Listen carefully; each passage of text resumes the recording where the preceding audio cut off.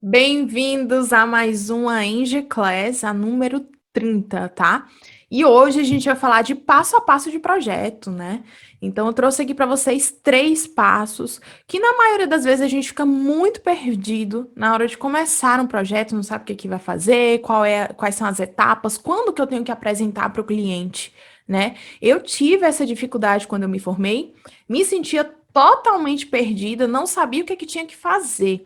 Então, eu trouxe aqui para vocês 3 etapas principais para você entender quando que você vai apresentar para o cliente, o que você vai fazer em cada uma dessas etapas, tá? Na primeira etapa, gente, é o estudo preliminar. É óbvio, a gente está falando aqui de quando você já assinou o contrato, você já conversou com o seu cliente, está tudo ok para começar, tá? Então, na primeira etapa aqui, a gente tem o estudo preliminar. E aí, o que que você vai fazer nesse estudo preliminar? Muita gente negligencia, né, essas etapas aqui, e acaba tendo dificuldade. Por quê? Porque deixa para lá.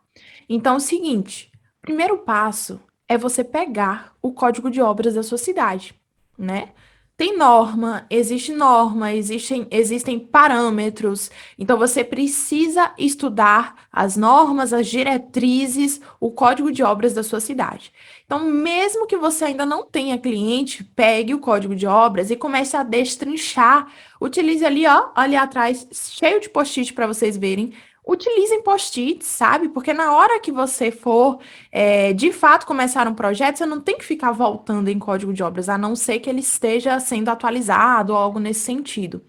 Dentro do Ingeboss, por exemplo, que é o meu curso pago, tá?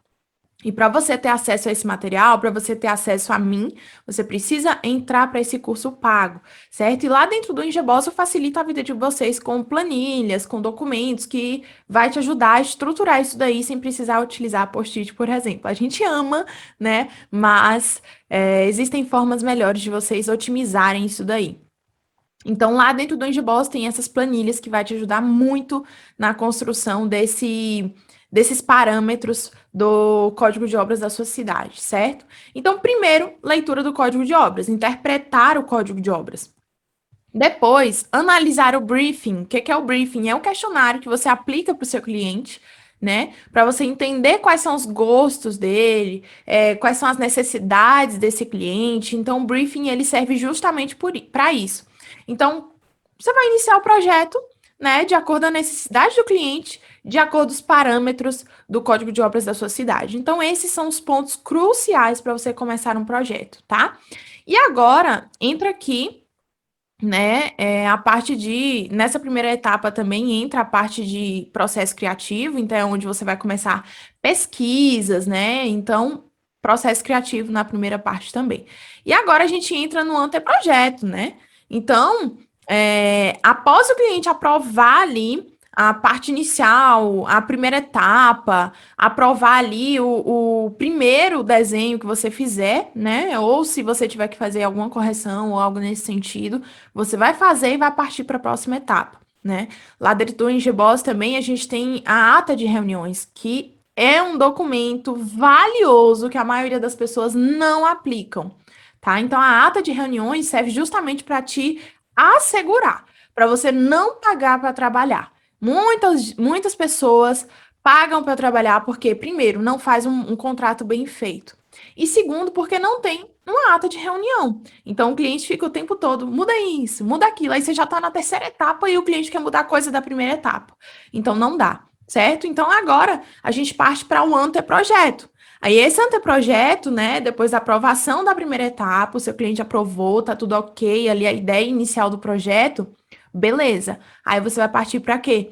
Para o jogo de plantas de corte, para detalhamento da planta, né? Área, nome de cômodo, cotas. Então, tudo isso você vai fazer no anteprojeto, tá? Para você não ter retrabalho, certo?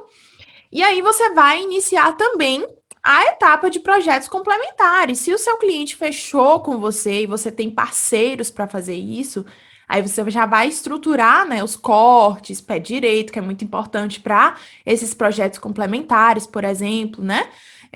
Então, depois que você fizer isso, você vai iniciar também os projetos complementares, vai passar para os seus parceiros, né, esse projeto mais completo, para que eles desenvolvam os projetos complementares, que são estruturais, hidráulico, elétrico, certo? Então, vocês vão passar para eles esse projeto mais completo para eles começarem a desenvolver. Mas eu ainda não tenho, o cliente não fechou comigo, né? E eu não tenho parceiros. E agora? Procure fechar parceiros, parceiros de diversas áreas. E aí, nesse momento, se o cliente não fechou com você no início, você vai fazer o quê? Fulano, você tem interesse em fechar o projeto estrutural, hidráulico, elétrico? Marque uma reunião, né, online, se for o caso, entre você, o seu parceiro e o seu cliente, para que a outra pessoa que entenda mais do nicho, né, mostre para ela a importância de ter esses projetos, ou até mesmo você explicar para ele a importância de ter um projeto estrutural, a importância de ter um projeto elétrico ou hidráulico, tá? Então, demonstre essa importância para o cliente e procura ver se ele tem interesse. Se ele tiver interesse, ótimo, busque parceiros. Se ele não tiver interesse, tudo bem, você vai excluir. Se ele não tiver interesse, você vai excluir essa etapa aqui da sua lista de tarefas, tá? E depois, né, que você tiver aí com os projetos, também deve analisar o código de obras para você ver como que deve ser entregue esse projeto, se tem um padrão de carimbo, por exemplo, tá? E aí você vai dar entrada na prefeitura ou no condomínio. E depois a gente tem aqui o projeto final, né, que é para você fazer a compatibilização, né, dos projetos. Então, se você fez o projeto, os projetos complementares, é verificar se, por exemplo, um pilar não está em cima de uma porta, né? Essas coisas assim que acabam, se você não fizer a compatibilização, elas acabam sendo um transtorno durante a execução, né? Então, importantíssimo fazer essa compatibilização. Sabe aquelas paredes que o pilar ela não está totalmente encaixada nessa parede, que fica ali o dentinho do pilar, à mostra, muitos clientes não gostam. Então, às vezes, quando isso fica à mostra, é falta de compatibilização. Então, isso influencia, por exemplo, se o cliente for fazer um móvel planejado, tá? Então, importantíssimo fazer a compatibilização de projetos. Depois tem o projeto executivo. O que é esse projeto executivo? São todos os detalhamentos do seu projeto. Tem uma escada? Então tem que detalhar essa escada. Qual é o tamanho do degrau? Qual a altura? Caixa d'água? Muita gente não faz detalhamento, dá erro. Telhado embutido? Erro até umas horas. Então, assim, você vai pegar esse projeto e detalhar, né? Então, esse detalhamento ele tem que constar coisas que vão ajudar, né? Cotas, vistas, que vão ajudar na hora da execução, principalmente se você não for executar a obra, porque quem vai executar a obra tem que entender o seu projeto. Tá? Então, se você for executar, fica até um pouco mais fácil, porque você já tem ali em mente o que que você precisa, como que vai ser executado, tá? E aí o memorial descritivo também serve para isso. O memorial descritivo nada mais é do que a leitura do projeto. Então, é você pegar tudo que tem no seu projeto e colocar no memorial descritivo, certo? E assim, muita gente acha que projeto só são ali os jogos, o joguinho de planta, e não é só isso.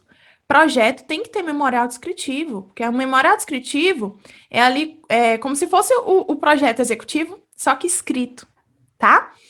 Então é isso, pessoal. Espero que vocês tenham gostado. E se você gostou, né, se inscreve aqui no meu canal, me siga lá no Instagram e entra pro meu canal do Telegram, porque tem muita coisa legal para vocês aprenderem comigo, tá? Então, um beijo e até a nossa próxima Eng Class.